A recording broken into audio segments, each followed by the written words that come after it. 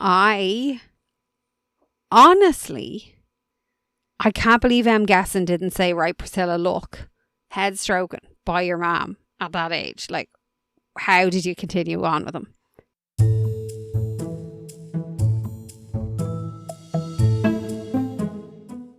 Finally, Dee, we are switching from true crime and talking about epic 19th century Russian literature, just like all of our fans have always wanted.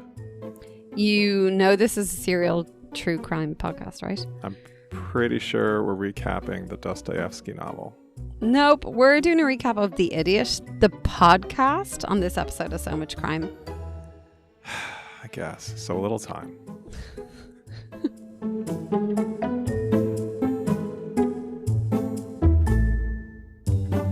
Do you know, instead of reading like a book from long ago that might be very boring, you could just go to patreon.com/so much crime so little time, and you wouldn't get boring content there. You would get such fascinating content, fantastically hilarious outtakes, listening to Jeff talk about all of the times that he pursued an English degree and some of the times that he actually, got an English degree. Or the many states he has ran through. Not all 26, 52. How many states? 50. There are 50 states currently. Yes. Currently. Please join us at patreon.com/so much crime so little time. Enjoy.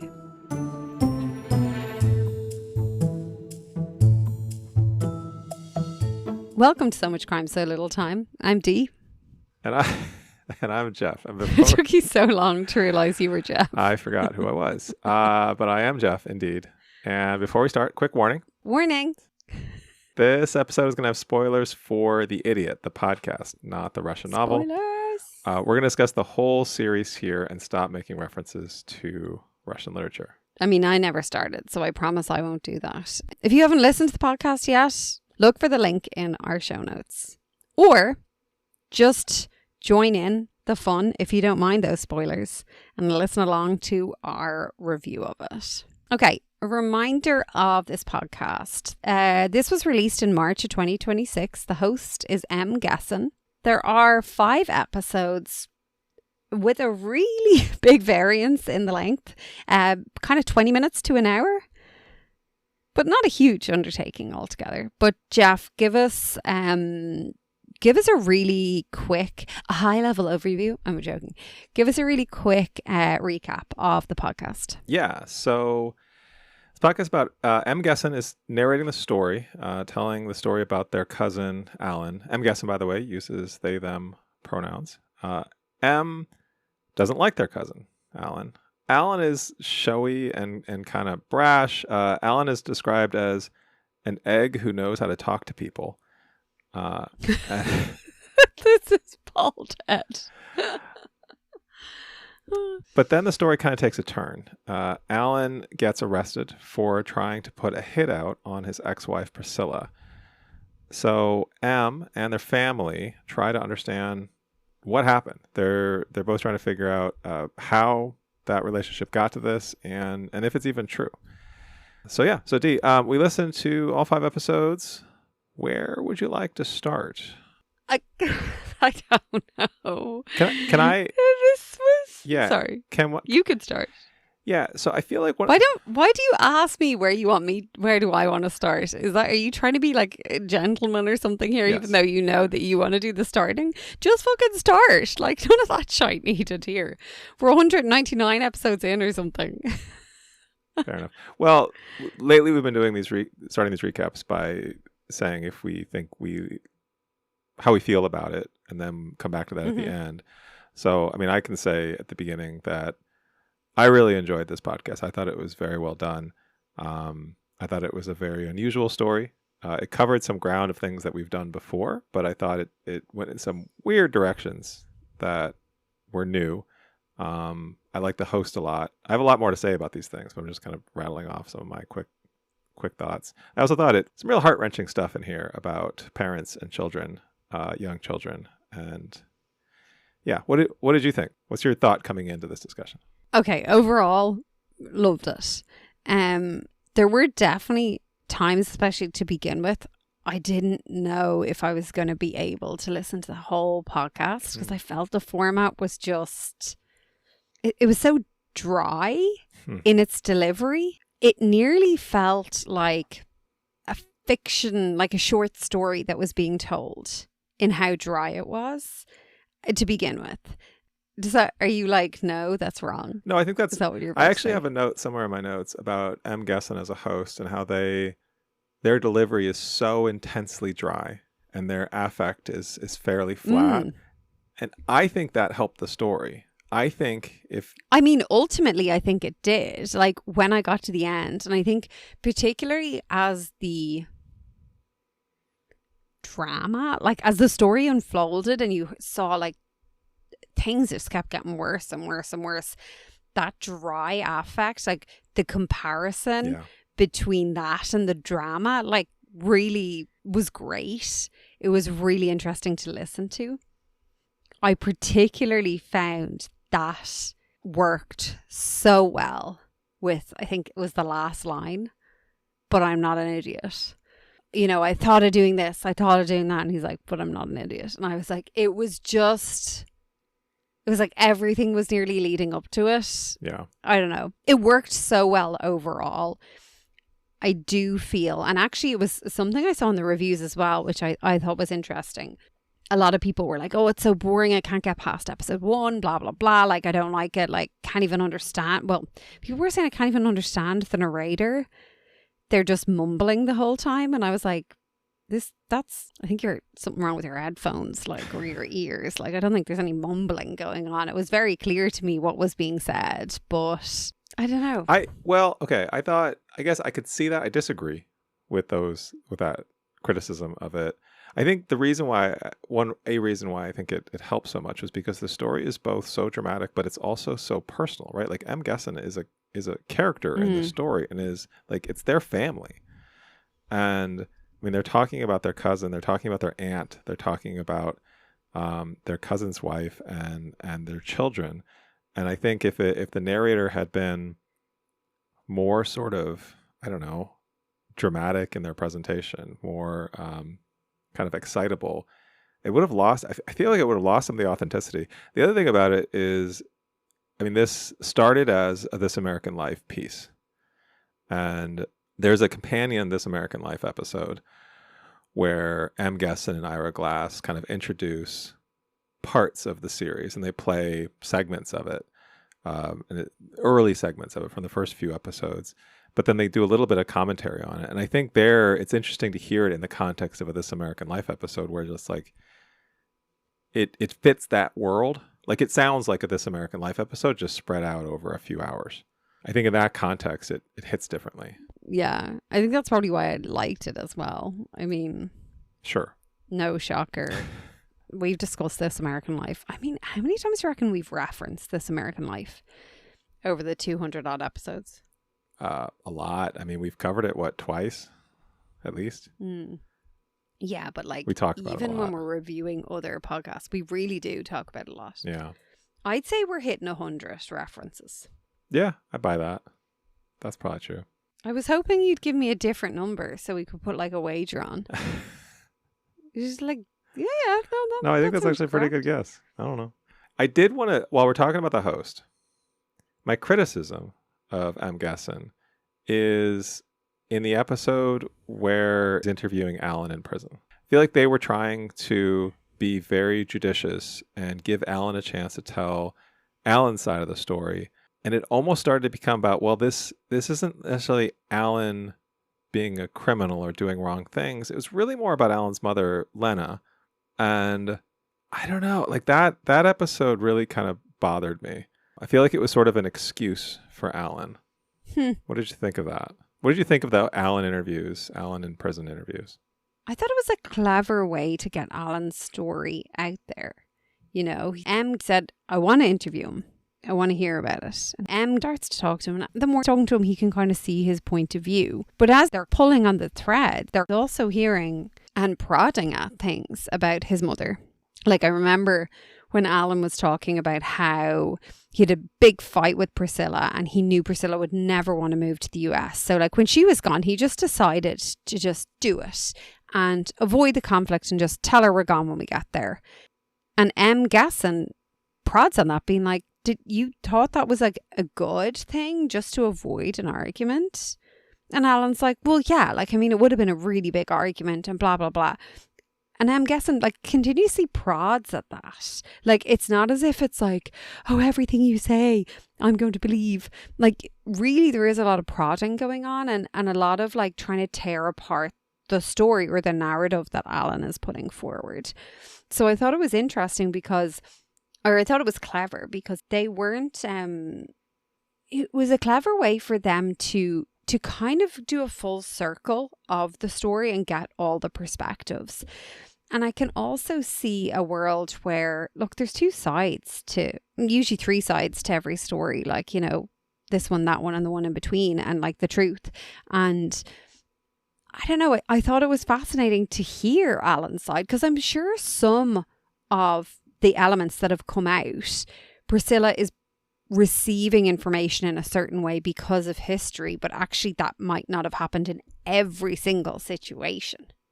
Yeah. No, I think... Do you know what I mean? So there is balance there. I don't think Gessen ever was actually convinced, even though at the start of the episode they said, you know, I really started to feel empathy or whatever. By the end, I think, you know, Gessen doesn't want their cousin to have been so shitty as to put a hit out on the ex-wife and the mother of Alan's kids. And so there's an element, I think, of trying, like, believing that there must be something.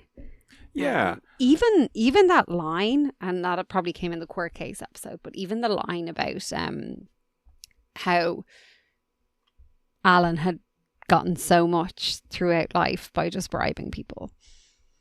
Like, there was just some bangers, some amazing quotes that they got. No, I hear what you're saying. I feel like I appreciate trying to present like how Alan got that way and talking about his childhood, immigrating to the US, like it being really difficult. I feel like I felt by the end of this that Alan, bad dude, did terrible things. We kind of breezed past, like we focused a lot on the attempted hit, but we also breezed past the stuff that happened before that. Like, yes, the kidnapping was a big focus of the story, but there was also like the sending people to like physically hurt Priscilla. But then a lot of the blame, I feel like, got pushed off to Alan's mother.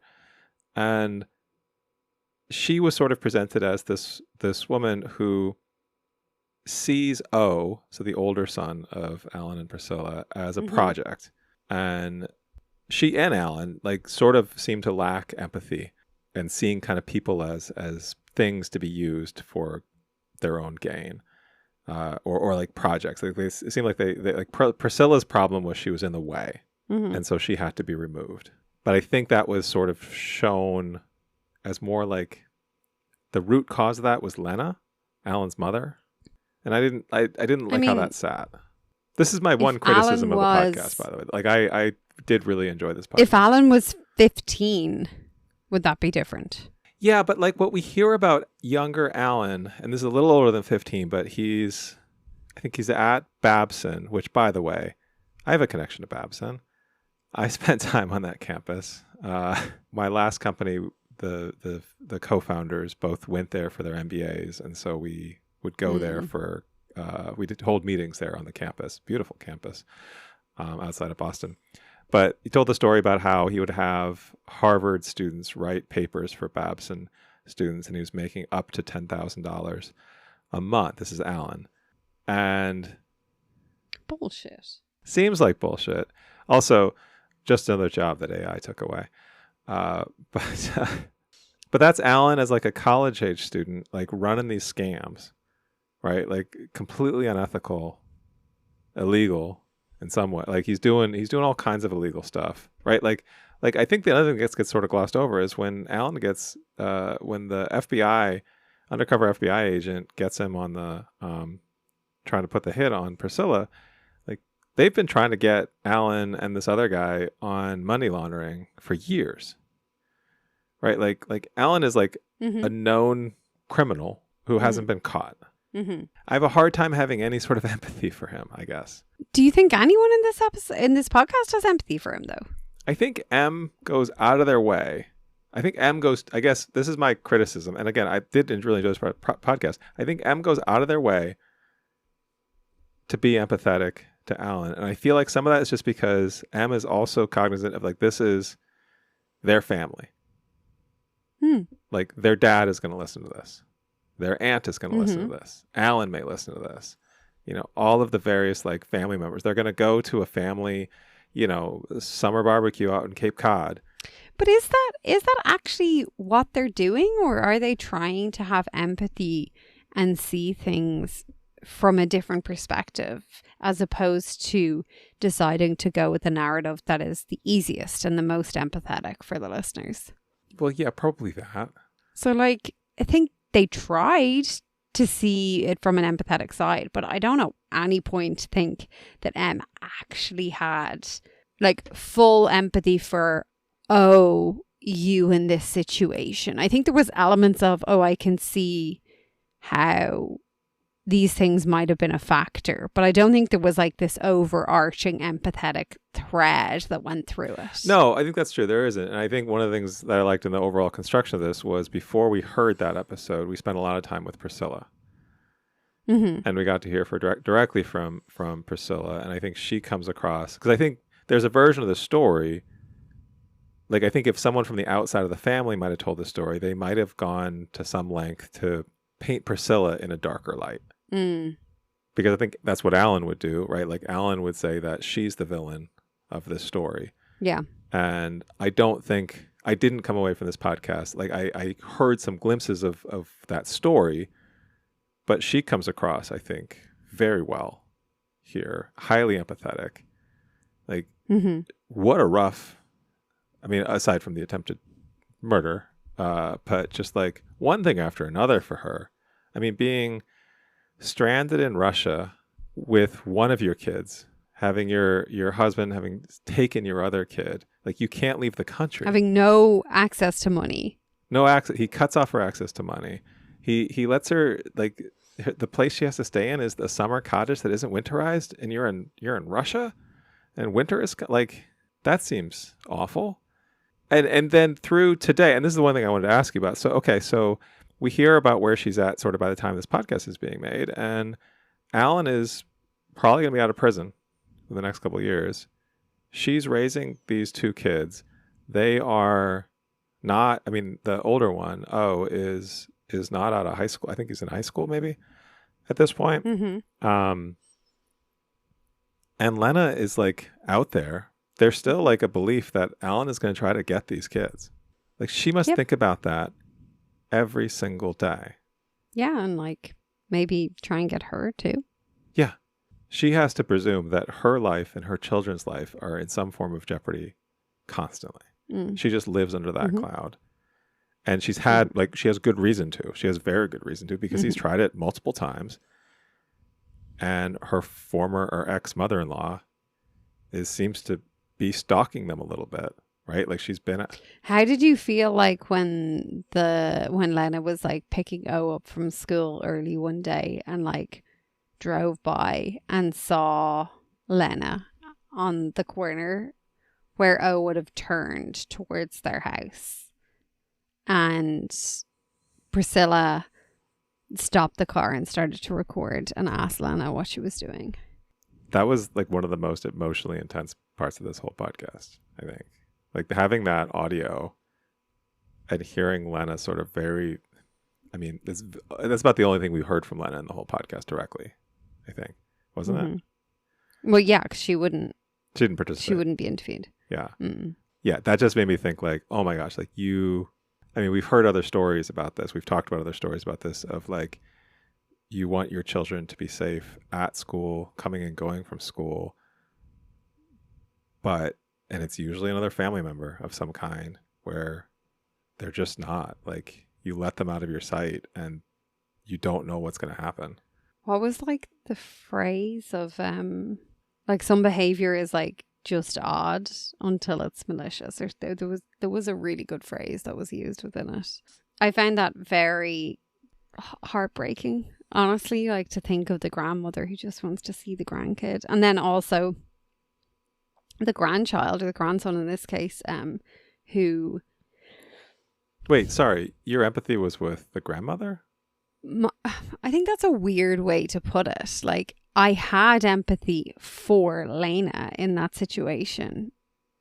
I know all of the other stuff that came before it, but I also can look at it and see in Lena's mind, she just wants what's best for her grandson, and she feels like she knows what that is.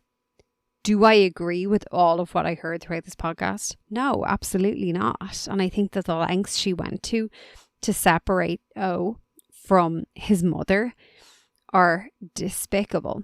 But in that moment, when there's a grandmother like standing on a corner, hoping to just catch a glimpse and maybe speak to her grandson who she misses, in that moment, I had empathy. Yeah, No, I had empathy for her. So I don't think you can say like... You should not. I think you're wrong. Okay, empathy police. What do you mean you think I'm wrong? Because my empathy shouldn't lie with her? Because she doesn't have empathy. She's presented as a person who is cold, who sees O as a project. Okay, but she's not just there. Because someone else doesn't have empathy doesn't mean I'm going to change my way and my morals and my values. I have empathy for that situation. I have incredible amounts of empathy for Priscilla. I don't have incredible amounts of empathy for Lena. And I don't... But like there is an element of a lonely, unfulfilled person who just has a longing to see their grandson. And in this case, I can see and I can feel empathy for that situation. Okay. On the whole, I don't have empathy for her. But in that situation, I did. Okay. I had zero empathy for her. You cannot have empathy. Because she's reaping what she sowed. She was a participant in the demonization of Priscilla and the manipulation of her grandchildren, and she does not deserve access to these children. And if anything, my read on that situation was she was there to help further this cause of stealing the children back and potentially harming Priscilla. To me, that it's not about a grandmother missing her grandchild. It's about someone trying to continue her project. Yeah. Okay. Yeah, I see that. I mean, two things can be true at the same time. I love the gall of, I was going to say the balls on, but let's say the gall of Priscilla to roll down the window and record that. Sure. Yeah. Yes. That, well done. And the way she said, like, I don't want her to say I wasn't there, blah, blah, blah. And she's like, oh, Priscilla, I'm waiting for a friend. Mm-hmm. And then when someone spoke to her, like the police or her lawyer, she said she was there to pick up a package from someone. It was like, are you meeting a friend? Well, okay. On that point about Priscilla, I want to talk about Priscilla for a second, because the other moment that hit me the hardest in this was when Priscilla finally gets reunited with O. O is 8 years old. They're in Concord, Massachusetts at this like tea cake shop or something. And O is 8 and hasn't really seen her for a couple of years at this point. And he asks her if she brought the blue porridge that he likes. And not only did she, but she makes it like in a cup there in the shop. And like, I feel like that's her in a nutshell. Like that, what kind of person she is, what kind of mother she is, that she anticipated that she was ready to do it right there in the moment.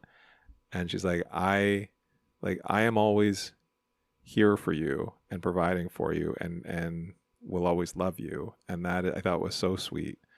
I just can't even imagine like what that must have been like for her to have been separated, but then like that reunion and knowing she needs to be reserved because O is probably not ready for all of the emotion and all of the love and all of like the cuddles and that she wants to give and to receive. Well, and that's, I mean, the background of all of this, mostly in the background, is like these two kids and what they went through for pretty much their whole lives.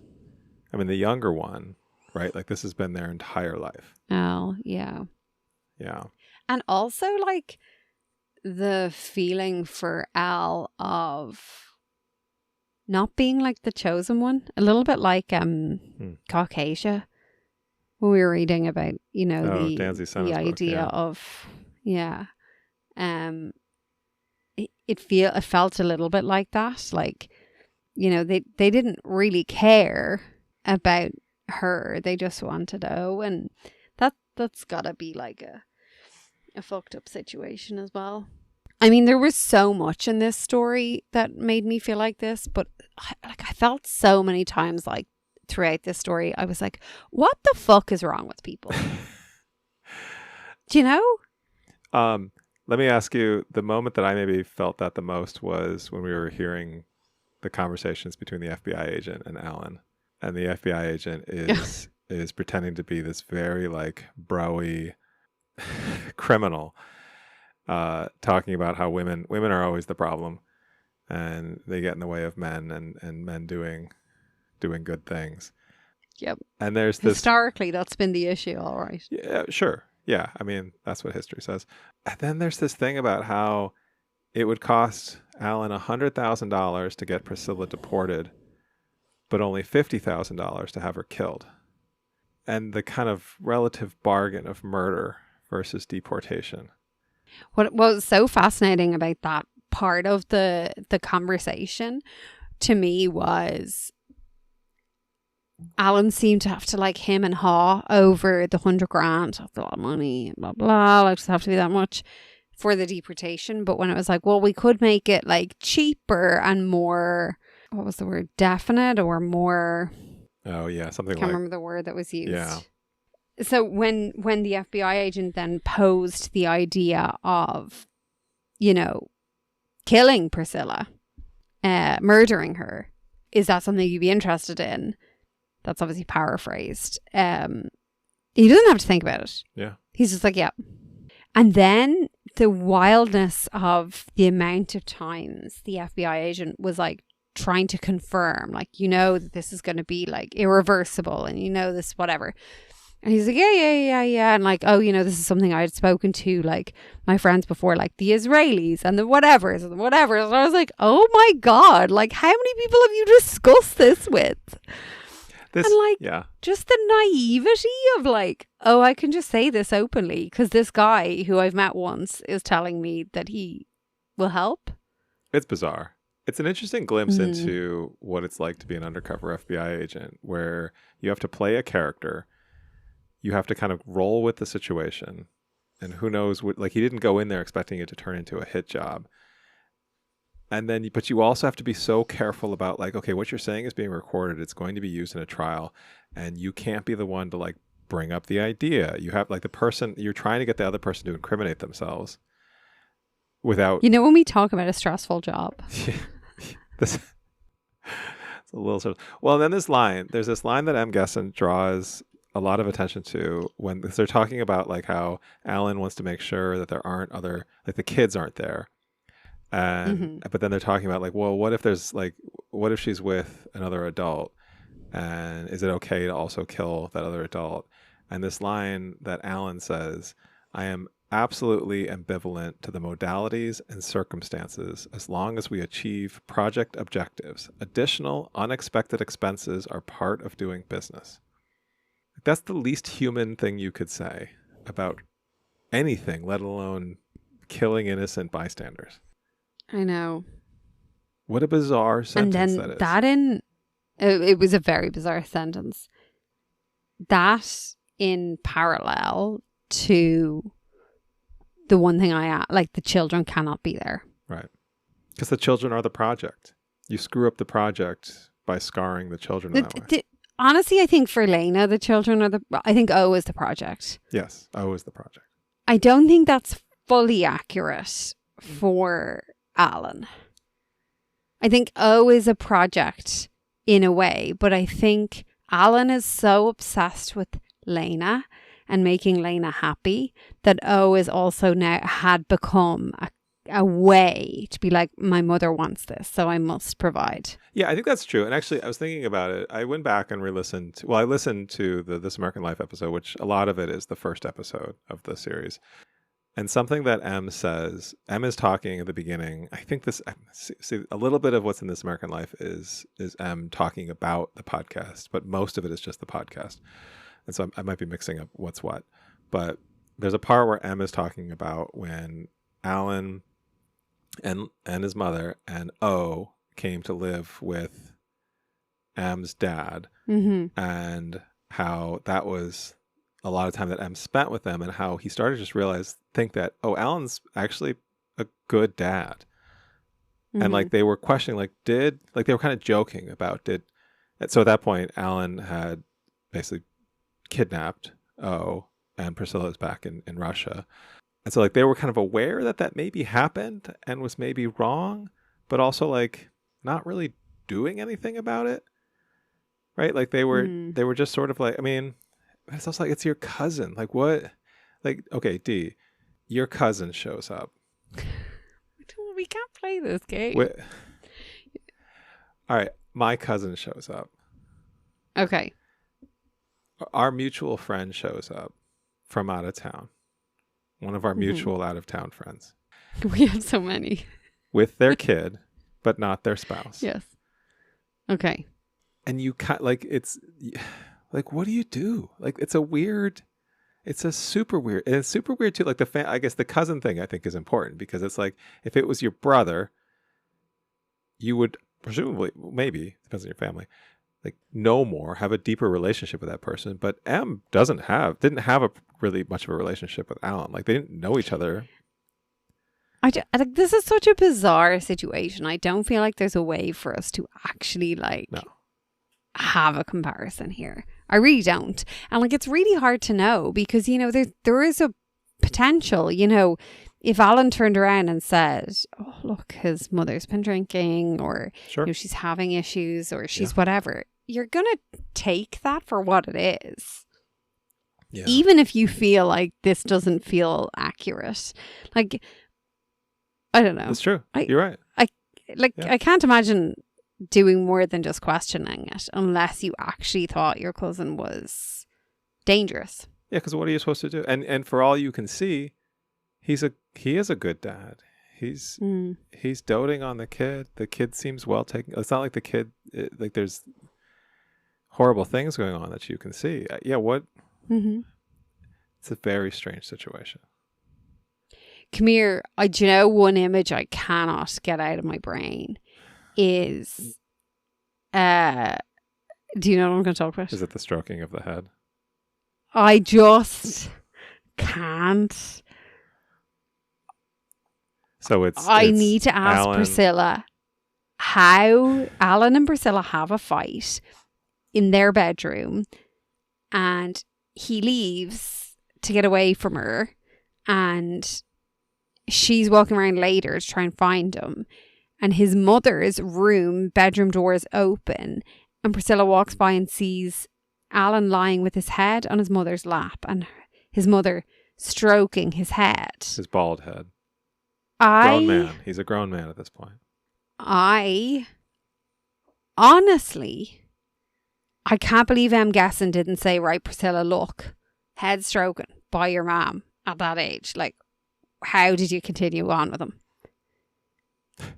I don't get it. If you went home to Ireland and your husband one day.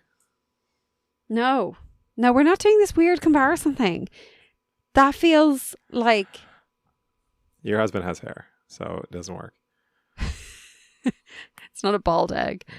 I just that image, can't. Like that image. I love that you knew that I was going to be like, I can't. Like, I actually can't. It's the weirdest image in the whole series. God. It's, I mean... A lot of weird shit happened, but that was a real... I have one last thing I wanted to ask you about. Mm-hmm. Near the end of the podcast, we learn about this book called The Locked Up Lawyer. Do you remember this? Yeah. So I looked this up. So this is a book that Alan wrote under a pseudonym while in prison. and not a bestseller. I'm on its Amazon page right now, and it is ranked number 2,260,378 currently. It is number 370 in lawyer and judge biographies, which is interesting. It's very highly rated. It's 4.5 stars out of 9 reviews on Amazon. Out of 9 reviews? Yeah. How many of them are like Lena or L. Alan's mom? Alan's head stroker. The only bald negative egg review. lover. Bald egg lover. I read some of the positive reviews, and they do read like plants. The only negative review on Amazon is a 2-star review with the headline is "Listen to a podcast to hear the real story." It's weird that, so the reason this comes up is, well, partially because it exists, but also because this was the book that they gave to a child. What a strange thing to do. Mm-hmm. So many strange things. Yeah, I mean, those visits that Lena had, the like supervised visits, I was like, oh my God, fuck this. I had no empathy for her there. Like, she was ridiculous. That's fair. Yeah, she was ridiculous. I think she was ridiculous throughout. On the note of reviews, though, Jeff, like what was interesting, usually when we cover quite a new podcast, you don't have that many reviews out there. Serial obviously has a name, and like sure. This American Life did an episode on it. You know, it's got legs in itself just from that. Really interestingly, so really like mixed. Like people are saying like boring, can't understand the narrator. Like, what is this? It's not even a story. There's no smoking gun. I don't understand. It's all just different thing. I'm like, and then other people are like, did we listen to the same podcast? Did we listen to the same Which podcast? I love that as a response. Yeah, apparently. And other people are like, I loved it, loved the narration, loved every episode. For people who just want salacious news, a true crime podcast might be better. I was in it the entire time. Other people being like, I'm so confused as to how you could find it boring. I mean, this is not a Dateline podcast. This is not a 2020 podcast. This is a more NPR podcast. Yeah, but what was fascinating to me about the reviews is I'm like, are some of these reviews coming from a place of, I need it to be so insane and filthy and like salacious, or else it's not entertaining? And I'm like, is there an element of numbness happening to society because of all of the true crime podcasts out there? Oh, I hope not. That says something horrible about all of us. I know. I hope that's not so true. Like one person said, just finished. I don't understand the point of this show. The writer just has a shitty cousin who did a terrible thing. Why do we need 5 episodes to try and exonerate him or find some compassion? Spoiler, they can't find any. There's no twist, no deeper meaning. And then other people are like agreeing. And then someone, are you Jewish Tom Cruise? Because they were like, it's a reference to Dostoevsky. Am I Jewish Tom Cruise? Yeah, it's like, so why many is it words called? There didn't make sense. The edit. I know, I was just sorry. Yes, I am Jewish Tom That was Cruise. the handle for, okay. What about Dostoevsky? Someone is giving out that they don't understand why it's called The Idiot. And the response is like, it's a reference. Actually, one thing I want to say on that real quick is in This American Life episode, in the commentary between Ira Glass and M. Gessen actually, because Ira Glass asked about that, it's like, why did you call it this? And M. Gessen says that they did that because I think I'm quoting this correctly, basically that they thought Alan would appreciate the reference. I mean, right, this is a Russian family, they're Russian immigrants, and they know that book. And like, yes, M. Gessen is calling Alan an idiot, but like also alluding to a great work of Russian literature. So it's sort of like flattering in a backhanded way. Well, Jewish Tom Cruise came back and said, blown away by people being like, there was no twist. It's so shit. Why does there always have to be a twist? Can we can't we just have a story that progresses linearly? Yeah. Or And this is why I'm parabolically. like, are people... But then later on, actually, Jewish Tom Cruise just says it's fucked up mothers all the way down. Okay, and that is my criticism of this. What? Priscilla wasn't a fucked up mother. Oh, okay. No, just Lena. Yeah, It Priscilla. doesn't seem like Gessen's mother was a fucked up mother. It's like one fucked up mother doesn't make fucked up mothers out of a lot of us. No, but I don't want the takeaway to be, well, none of this would have happened if Lena was a better mother. No. But I don't think And- that's the takeaway. I don't think that's the takeaway. No. No, and don't you think that that's a little bit true? It's a little bit true, for sure. Yeah, definitely. Definitely. But also... But you don't want us to focus on that. If we switch the genders and it was a dad with a fucked up daughter, I think you would blame the dad easier. Yeah, probably. Hmm. That's usually right. When you flip the genders, I would treat it differently. Yes. I don't love what that says about me, but I think it's true. Yeah. Yeah. But anyway, Hmm. I mean, I think it's kind of it. Yeah. Well, I'll say that. we've talked about it Okay, now. well- What's your Mhm. last thought? I really liked it. I could listen to this again. I could see myself listening to this again. I could see myself recommending this to non-true crime podcast fans. Mm-hmm. I think my husband would like this podcast, even though he doesn't like true crime. He likes this podcast, for the record. Big supporter. Big fan. Yeah. He likes it from afar. Sure. Yeah, no, I really liked it. And I would be encouraging people to listen to it past episode 1. Yeah, I agree. I know I had some criticism of it, but by and large, I thought this was really exceptionally well done.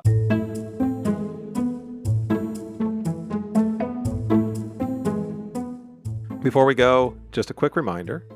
We really appreciate it if you can leave a comment on this episode or any episode that you listen to and like. That really helps other people to discover the show. The other thing you can do if you want to help get the word out is to leave a rating, a 5-star rating on Apple, Spotify, wherever you're listening. That also pushes us out to more people, which is great. And then when you are out in the world talking to other people, be sure to tell friends about us and send them the link. Play it. Play our podcast when you're walking through the store without your headphones on an airplane or a bus or a train. Just Please don't ever do that. We don't want to be associated to people who do that. get your Bluetooth speaker, just hide it in an inconspicuous place on a public transit God. and play the podcast. You're like an embarrassing dad right now. Thanks for listening.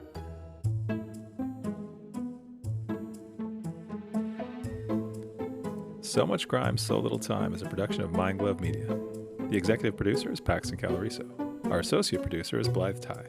Our theme music was composed by Vyacheslav Starostin. If you haven't done it yet, please subscribe to this show on your podcast app. And don't forget to give us a 5-star rating and a review.